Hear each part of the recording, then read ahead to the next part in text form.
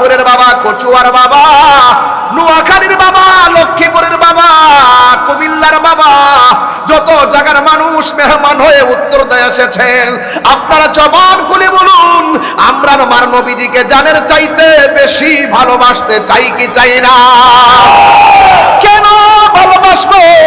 কারণ কবরে আমার নবী ছাড়া কোনো আপন নাই, হাসরের ময়দানে আমার নবী ছাড়া কোনো আপন নাই। দুই হাত তুলে বলো ঠিক কিনা বলো।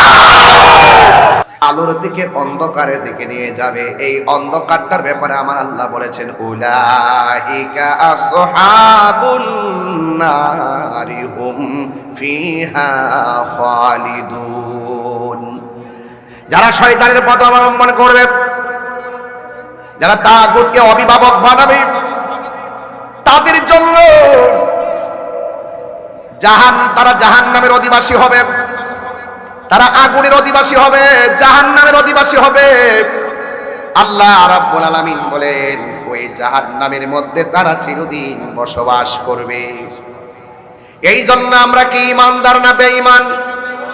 আর বড় করে বলেন ঈমানদার না বেঈমান? আল্লাহ রাব্বুল আলামিন কোরআনে বলেছেন যারা ঈমান এনেছেন, যারা নেক আমল করেছেন, আল্লাহ রাব্বুল আলামিন বলেন এই দুইটা কোয়ালিটি যার হৃদয়ে থাকবে, আল্লাহ রাব্বুল আলামিন তার জিম্মাদার হয়ে যাবে। ইল্লাল্লাযীনা আমানু ওয়া আমিলুস সলিহাতি ওয়া তাওয়াসাউ বিল হাক্কি ওয়া তাওয়াসাউ বিস সবর।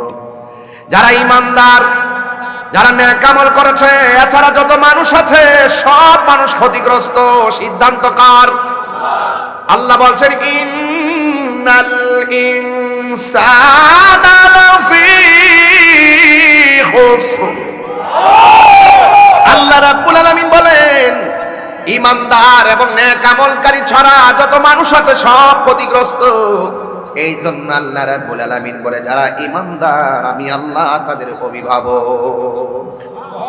যদি তাগুতকে অভিভাবক বানান, এই জন্য আপনারা শুনুন, যদি আপনারা আল্লাহ ছাড়া কাউকে বন্ধু বানান, এ যুবক আল্লাহকে যদি ভালো না বাসেন, নবীকে যদি ভালো না বাসেন, যদি ঈমান না থাকে, তাইলে আপনার জীবন ইহকালও বরবাদ, পরকালও বরবাদ হয়ে যাবে। আল্লাহ রাব্বুল আলামিন কোরআনের মধ্যে বলে দিয়েছেন ওয়াকুদুহান নাস ওয়াল হিজারা উইদ্দাত লিল কাফিরিন। আল্লাহু আকবার। আল্লাহ রাব্বুল আলামিন বলেন জাহান্নামের আগুন ধরাবে মানুষ দিয়া, জাহান্নামের আগুন ধরাবে পাথর দিয়া। এই জাহান্নাম বড় কঠিন আগুন, এই জাহান্নাম বড় কঠিন। ওই জাহান্নামের এই যে উত্তরদার মাপ, চুলার মধ্যে আগুন ধরাই লাকড়ি দিয়া। আর আমার আল্লাহ রাব্বুল আলামিন বলেন আমি আল্লাহ জাহান্নামের আগুন ধরাবো মানুষ দিয়া। এই জাহান্নামের আগুন আমি বানাইছি উইদ্দাত লিল কাফিরিন। আল্লাহু আকবার। হায়রে ও লাকসামের বন্ধু, ও আমার চাঁদপুরের বাবা, কচুয়ার বাবা, নোয়াখালীর বাবা, লক্ষ্মীপুরের বাবা, কুমিল্লার বাবা, যত জায়গার মানুষ মেহমান হয়ে উত্তর দিয়ে এসেছেন, আপনারা জবান খুলে বলুন আমরা আমার নবীজিকে জানের চাইতে বেশি ভালোবাসতে চাই কি চাই না? কেন ভালোবাসবো? কারণ কবরে আমার নবী ছাড়া কোনো আপন নাই, হাসরের ময়দানে আমার নবী ছাড়া কোনো আপন নাই। দুই হাত তুলে বলো ঠিক কিনা বলো।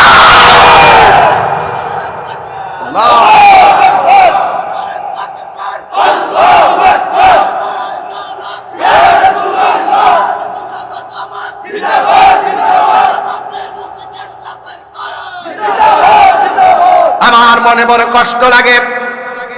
আল্লাহ পাক কোরআনে বলেছেন ওয়াত্তাকু ইয়াওমান লা তাজজি নাফসুন আন নাফসিন শাইআ।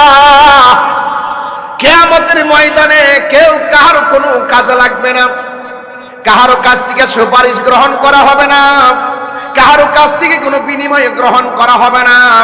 এবং কাউকে কাহার পক্ষ থেকে কোনো সাহায্য করা হবে না। আপনারা জবান খুলে বলুন, কিয়ামতের ময়দানে সাহায্য করার মালিক কে? ওই ময়দানে আমার নবী কথা বলার ক্ষমতা আছে না নাই? বাংলাদেশের কিছু জাহেলে মুরাক্কাব নায়েবে শয়তান, তারা ওয়াজের ময়দানে উঠে উঠে বলে হাসরের ময়দানে নবী সুপারিশ করব, দূরের কথা নবীর জান নিয়া নাকি ঠেলা ঠেলি। নবী নাকি বলবে আমার নেকের পাল্লা বাড়ি হয় নাকি বদের পাল্লা বাড়ি হয়। নাউজুবিল্লাহ জোরে কোন। আমি জানতাম চাই নবীদের কোনো গুনাহ আছে? আরে আদম নবীর কোনো গুনাহ আছে? ইব্রাহিম নবীর কোনো গুনাহ আছে? জাকারিয়া নবীর কোনো গুনাহ আছে? আমার নবীর কোনো গুনাহ আছে? जिसका कोई शान नहीं वो नबी हमारा है, मुस्तफा की अजमत का हद है ना किनारा है। তুমি তো বড় বদনসিব বান্দা, তোমাকে আল্লাহ নবীর উম্মত বানাইছে, যেই নবীর মতো দ্বিতীয় কোনো নবী নাই, যেই নবীর সীমানার নবীর মহব্বতের সীমানার কোনো তুলনা নাই। কথা বলেন ঠিক কিনা? এত মহব্বতের মায়ার নবীর উম্মত হইয়া তুমি মাইক স্পিকার ধরে ধরে হাজার মানুষকে বোঝাইতাছো আমার নবী সুপারিশ করতে পারবে না। রোজ হাশর মে क्या জবাব হয় মুস্তাফা কি সামনে? নবীর সামনে তুমি কেমনে মুখটা দেখাইবা? এইগুলা বলে বলে যখন জাতিকে বিভ্রান্ত করতেছো, তখন আমরা বাধ্য হইয়া তোমাকে জাতির সামনে তোমার স্বরূপ উন্মোচন করে দিচ্ছি। কথা বলেন ঠিক কিনা? তোমার নজরে শুধুমাত্র পড়ে ইয়াউমা ওয়াত্তাকু ইয়াউমাল লা তাজজি নাফসুন আন নাফসিন শাইআ। তোমার নজরে পড়তেছে কিয়ামতের দিন কেউ কাহার কোনো উপকারে আসবে না, অথচ আমার আল্লাহ নিজেই কিয়ামতের ময়দানে বলবে ইয়া রাসূলুল্লাহ মাথা মুবারকটা তুলুন, আপনি আমার কাছে সুপারিশ করুন, আমি আল্লাহ সুপারিশ গ্রহণ করব। তুমি কোন জায়গার কথা কোথায় নিয়ে এনে লাগায় দাও? তোমার নজরের ভিতরে শুধু পড়ে কুল ইন্নামা আনা বাশারুম মিসলুকুম, অথচ তোমার মুখের ভিতরে চোখের সামনে কুল ইন কুনতুম তুহিব্বুনাল্লাহ ফাত্তাবিউনি ইউহিব্বুকুমুল্লাহ ওয়া ইয়াগফিরু লাকুম যুনুবাকুম ওয়াল্লাহু গফুরুর রহিম। এই আয়াতটা তুমি পড়তে পড়ে আর মানুষকে বুঝাইতে পারলা না। তোমার চোখের মধ্যে পড়েছে কুল ইন্নামা আনা বাশারুম মিসলুকুম, হে নবী আপনি বলুন আমি তোমাদের মতোই একজন মানুষ। এই জন্য শুধু এই আয়াতটা পয়রা পয়রা পাবলিকরে দুকা দিয়া বুকা বানাইতাছো, অথচ কোরআনের মধ্যে আল্লাহ বলছেন কাদ জাআকাম মিনাল্লাহি নূরু ওয়া কিতাবুম মুবিন। এই আয়াতটা তুমি পাবলিকরে পয়রা বুঝাইতে পারলা না। তোমার মুখের মধ্যে শুধুমাত্র ওই আয়াত, শুধু ওয়াত্তাকু ইয়াউমাল লা তাজজি নাফসুন আন নাফসিন শাইআ, কিয়ামতের ময়দানে কেউ কাহার কোনো উপকারে আসবে না, অথচ আমার আল্লাহ রাব্বুল আলামিন আমার বন্ধু নবীকে আসা আইয়াব আসাকা রাব্বুকা মাকামান মাহমুদা, ওই মাকামে মাহমুদ দান করে দিবেন। আল্লাহ বলছেন ওয়ালা সাউফা ইউতিকা রাব্বুকা ফাতারদা, ওয়ালা সাউফা ইউতিকা রাব্বুকা ফাতারদা। আল্লাহ বলেন হ্যাঁ বন্ধু আমি আপনাকে দিব দিব দিব দিদি এমন দেওয়া দিব আপনি নবী সন্তুষ্ট হয়ে যাবে। বড় করে বলুন না সুবহানাল্লাহ। এই জন্য আমার যুবক ভাইয়েরা ওয়াজ বুঝতে হবে। আমার আল্লাহ রাব্বুল আলামিন কোরআনে বলছেন সব মানুষ ক্ষতিগ্রস্ত, যারা ইমানদার আর যারা নেক আমল করে তারা ছাড়া যত মানুষ আছে সব ক্ষতিগ্রস্ত হয়ে যাবে। আল্লাহ যদি বলে ক্ষতিগ্রস্ত, কোন মৌলবী কি লাভবান হওয়ার সুযোগ আছে? আরো যদি লাভবান হওয়ার সুযোগ আছে? এই জন্য আল্লাহ বলছেন ওয়াইস কোরআন শরীফ পড়লে কি খারাপ লাগে?